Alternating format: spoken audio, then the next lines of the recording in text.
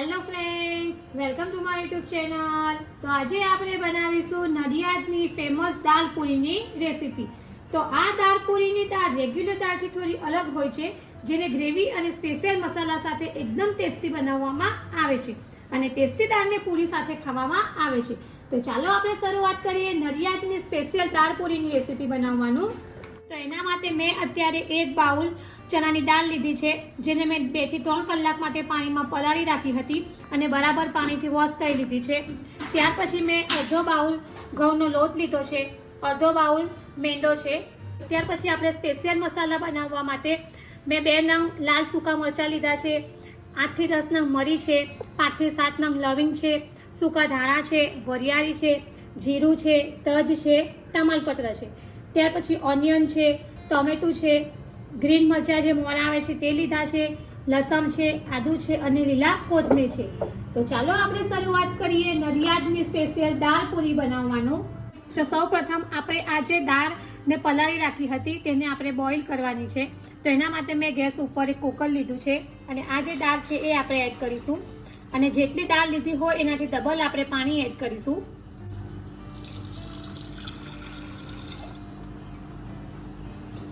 ત્યાર પછી હવે આપણે દાળમાં થોડું સોલ્ટ એડ કરીશું, થોડી હળદર એડ કરીશું અને હવે આપણે ઢાંકણ ઢાંકીને 2 વિસલ વગાડી દઈશું। ત્યાર પછી હવે આપણે દાળ પૂરી માટેની પૂરી બનાવીશું।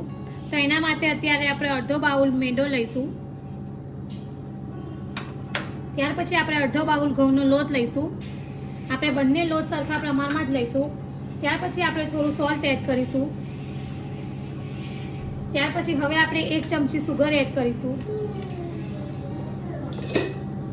ત્યાર પછી હવે આપણે મોણ માટે થોડું ઘી લઈશું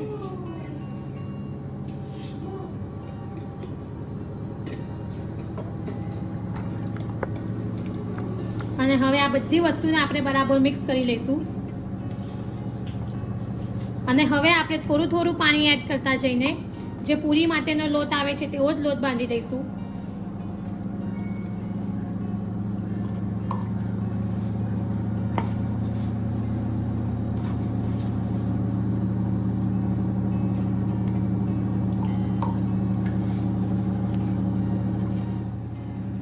તો આપણો જે પૂરી માટેનો લોટ છે તે આ રીતે બંધાઈને રેડી છે।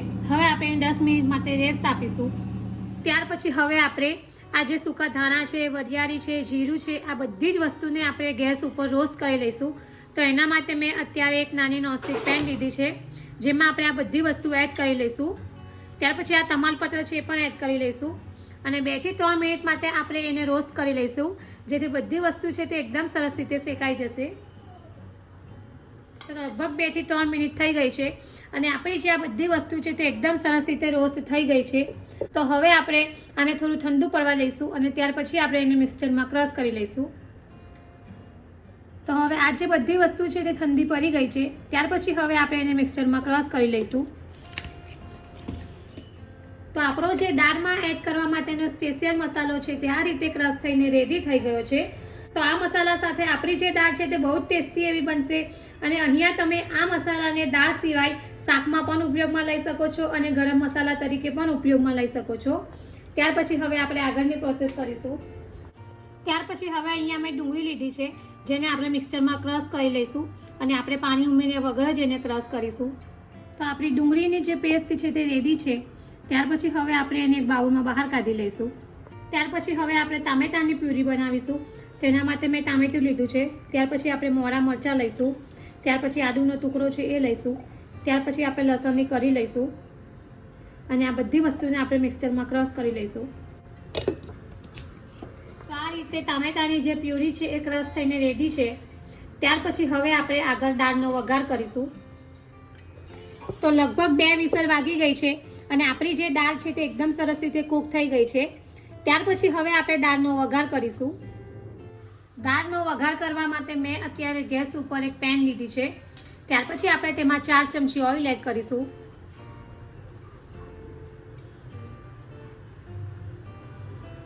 ઓઇલ ગરમ થાય ત્યાર પછી હવે આપણે આ જે ડુંગળીની પેસ્ટ બનાવી છે તે એડ કરીશું।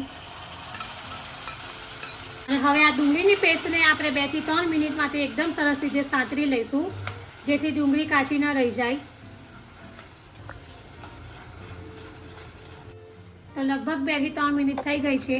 ત્યાર પછી હવે આપણે આ જે ટામેટાની પેસ્ટ બનાવી હતી એ એડ કરીશું.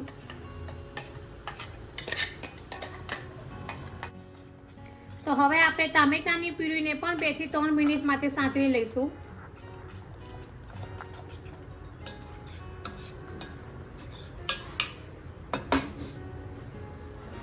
લગભગ 2 મિનિટ પછી જોઈએ તો આપણી જે ટામેટાની ગ્રેવી છે એમાંથી ઓઇલ છૂટું પડવા લાગ્યું છે. તો હવે આપણે થોડુંક જ સોલ્ટ એડ કરીશું, કારણ કે આપણે જ્યારે દાળ બોઇલ કરી હતી ત્યારે એમાં સોલ્ટ એડ કર્યું જ હતું. ત્યાર પછી હવે આપણે ધાણા જીરું પાવડર એડ કરીશું. ત્યાર પછી હવે આપણે 1 ચમચી કાશ્મીરી મરચું એડ કરીશું, થોડી હળદર એડ કરીશું. ત્યાર પછી આપણે જે આ સ્પેશિયલ મસાલો બનાવ્યો છે તે 2 ચમચી એડ કરીશું. અને હવે આપણે આ બધી વસ્તુને એકદમ સરસ રીતે મિક્સ કરી લઈશું.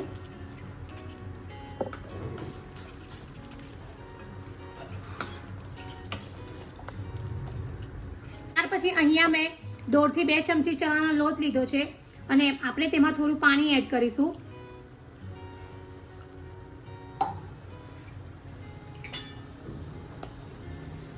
અને આપણે આ રીતે બધું બરાબર મિક્સ કરી લઈશું. તો આ રીતે આપણે ચણાના લોટની પેસ્ટ બનાવી લીધી છે. આ પેસ્ટ આપણે અત્યારે આ જે દાળ બનાવી રહ્યા છે એમાં એડ કરીશું, જેનાથી આપણી દાળની ગ્રેવી છે એ ખૂબ જ સરસ બનશે. તો હવે આપણે આ પેસ્ટ એડ કરીશું.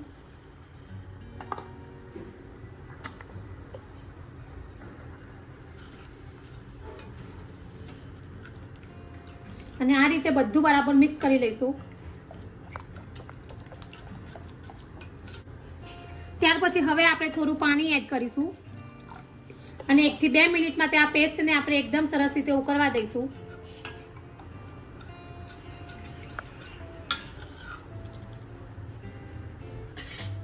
તો તમે જોઈ શકો છો કે આપણી જે ગ્રેવી છે તે ઉકળી ગઈ છે. ત્યાર પછી હવે આપણે આ જે બોઇલ કરેલી દાળ છે એ એડ કરીશું.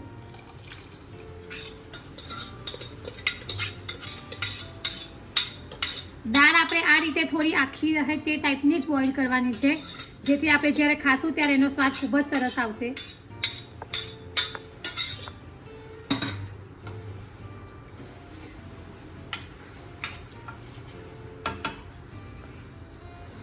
અને હવે આપણે દાળનો થોડો રસો કરવા માટે જે દાળને બોઇલ કરી હતી એમાં જે પાણી હતું એ જ હું એડ કરું છું.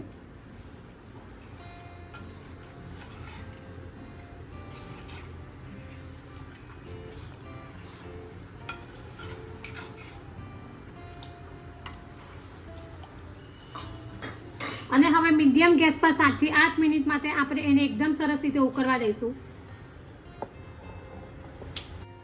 તો લગભગ 10 મિનિટ થઈ ગઈ છે અને આપણો જે પૂરી માટેનો લોટ છે તે એકદમ સરસ રીતે સેટ થઈ ગયો છે. અને આ રીતે આપણે થોડો એને મસળી લઈશું. અને હવે આપણે આ લોટમાંથી એક સરખા નાની સાઈઝના લુવા કરી લઈશું.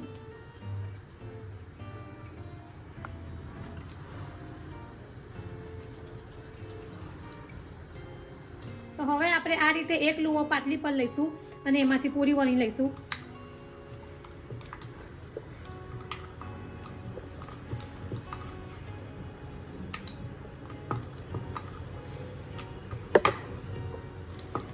તો આ રીતે આપણે જે પૂરી છે એને વણી લીધી છે. ત્યાર પછી હવે આપણે એને ઓઇલમાં ફ્રાય કરી લઈશું.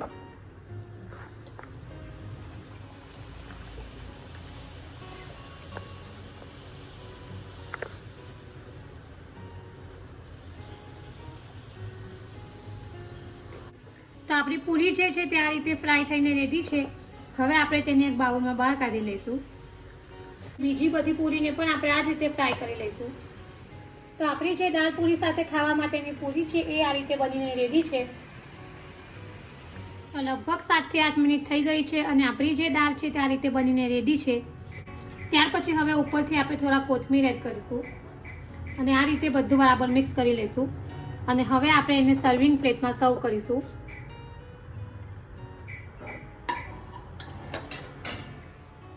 તો રેડી છે આપણી ગરમા ગરમ અને સ્પેશિયલ મસાલા સાથે નડિયાદની ફેમસ દાલ પૂરી.